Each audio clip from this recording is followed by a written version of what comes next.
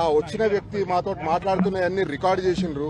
ఆ రికార్డు చేసిన విషయాన్ని మేము ప్రశ్నించినాం. రికార్డు జరుగుతున్నప్పుడే మేము అడిగినాం, ఇతను ఎవరు అంటే ఇతను మా మనిషే కాబట్టి రికార్డు చేస్తున్నాడు అన్నారు.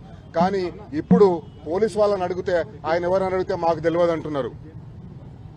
బయటి వ్యక్తుల్ని తీసుకొచ్చి ఒక టీవీ ఆర్గనైజేషన్, ఒక మీడియా ఆర్గనైజేషన్లోకి బయటి వ్యక్తుల్ని తీసుకొని వచ్చేసి రికార్డింగ్ చేయించేసి బయట బురద జల్లే కార్యక్రమం కోసం ఆ వీడియోలను వాడుకుంటున్నారు. పోలీసులు వాళ్ళకు సపోర్ట్ చేస్తున్నారు.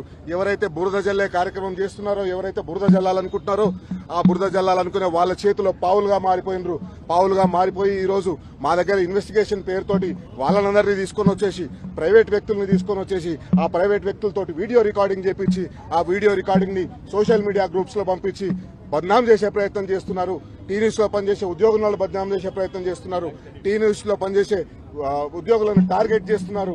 వాళ్ళు టార్గెట్ చేసి వాళ్ళని అవమానపరిచే విధంగా, వాళ్ళ వ్యక్తిత్వానికి భంగం కలిగించే విధంగా, వాళ్ళ వ్యక్తిత్వాన్ని హననం చేసే విధంగా పోలీసులు ప్రవర్తిస్తున్నారు. ఇంత దుర్మార్గమైన పోలీసు వ్యవస్థని మనం ఎప్పుడూ చూడలేదు. రాబోయే రోజుల్లో మేము చెప్తున్నాం. మేము ఏసీపీ గారికి ప్రొటెస్ట్ చేసినాం. సిఐ రాజు నాయక్ గారి దగ్గర ప్రొటెస్ట్ చేసినాం. ఎవరు ఆయన, ఎందుకు ఆయన ఏమనంటే ఇప్పుడు సిఐ రాజు నాయక్ ఎవరైతే ఆయనని వెంట పెట్టుకొని వచ్చిండ్రో ఆయన మాకు సంబంధం లేదు, ఆయన ఎవరో మాకు తెలియదు అంటున్నారు. ఆయన వాళ్ళందరినీ వెంట పెట్టుకొని వచ్చిండ్రు.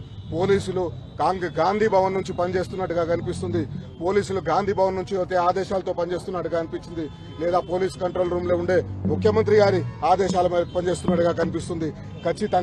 ఖచ్చితంగా మేము పోలీసులకు చెప్పినాం. మేము ఇన్వెస్టిగేషన్ కు కోఆపరేట్ చేస్తాం. ఇన్వెస్టిగేషన్ కోఆపరేట్ చేసినాం.